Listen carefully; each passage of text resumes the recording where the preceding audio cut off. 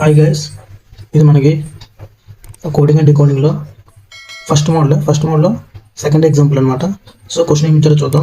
BYTEW is related to the YWTEB following a certain logic. Following the same logic, AMFQC is related to QMFCA.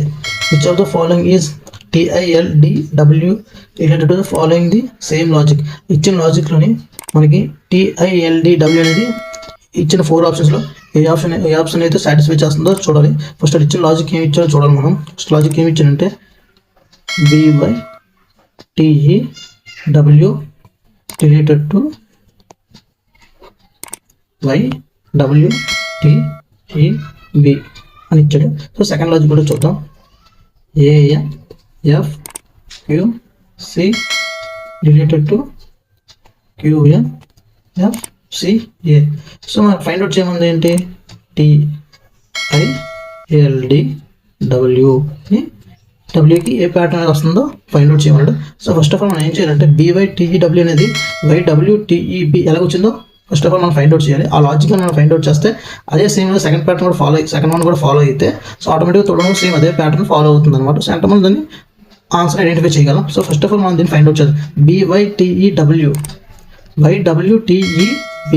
Okay చూడండి, first of all మనకి ఇక్కడ ఏముంది? BYTEW ఉంది, ఇక్కడ YWTEB అంటే దీన్ని చూస్తే మనకు ఒక లాజిక్ అనేది గుర్తొస్తుంది. ఆ లాజిక్ ఏంటంటే ఆల్ఫాబెట్స్ని డిసెండింగ్ ఆర్డర్లో రాస్తే మనకు వచ్చేది YWTEB. చూడండి, BYTEW కదా. ఫస్ట్ ఆఫ్ ఆల్ డిసెండింగ్ ఆర్డర్లో రాస్తే ఆల్ఫాబెట్స్ని ఫస్ట్ Y వస్తుంది, తర్వాత ఏమొస్తుంది? W వస్తుంది, ఆ నెక్స్ట్ ఏమొస్తుంది? T వస్తుంది, ఆ నెక్స్ట్ T వస్తుంది, ఆ నెక్స్ట్ B వస్తుంది. సరిపోతుంది కదా, YWTEB. సేమ్ అలాగే సెకండ్ లాజిక్ కూడా సేమ్ అదే ప్యాటర్న్ ఫాలో అయితే సో థర్డ్ అదే దాన్ని ఫాలో అవుతుంది. ఆల్రెడీ మనం ప్రీవియస్గా చెప్పుకున్నాం. సో అందులో first of all AMFQC. So దీంట్లో ఫస్ట్ మనకి ఏం రావాలి? Q రావాలి. Q వచ్చింది. నెక్స్ట్ Q తర్వాత M వచ్చింది. M తర్వాత F వచ్చింది. F తర్వాత C వచ్చింది.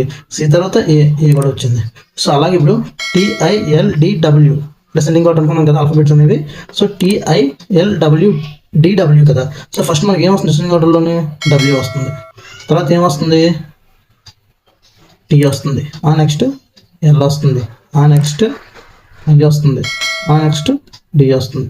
సో మనకి WTLID అనేది ఈ 4 ఆప్షన్స్లో ఏది మనకు ఉందంటే D అనేది మనకు వచ్చే ఆన్సర్. సేమ్ డీలో కూడా సేమ్ అదే ఆన్సర్ ఉంది. సో మనకి ఆన్సర్ ఏమవుతుంది? WTLID అనేది అవుతుంది. సో దీనికి లాజిక్ ఏంటి? ఆల్ఫాబెట్స్ అనేవి డిసెండింగ్ ఆర్డర్లో రాయడమే. అది కానీ మనం ఫైండ్ అవుట్ చేస్తే ఈజీగా దీన్ని మనం ఫైండ్ అవుట్ చేయొచ్చు అనమాట.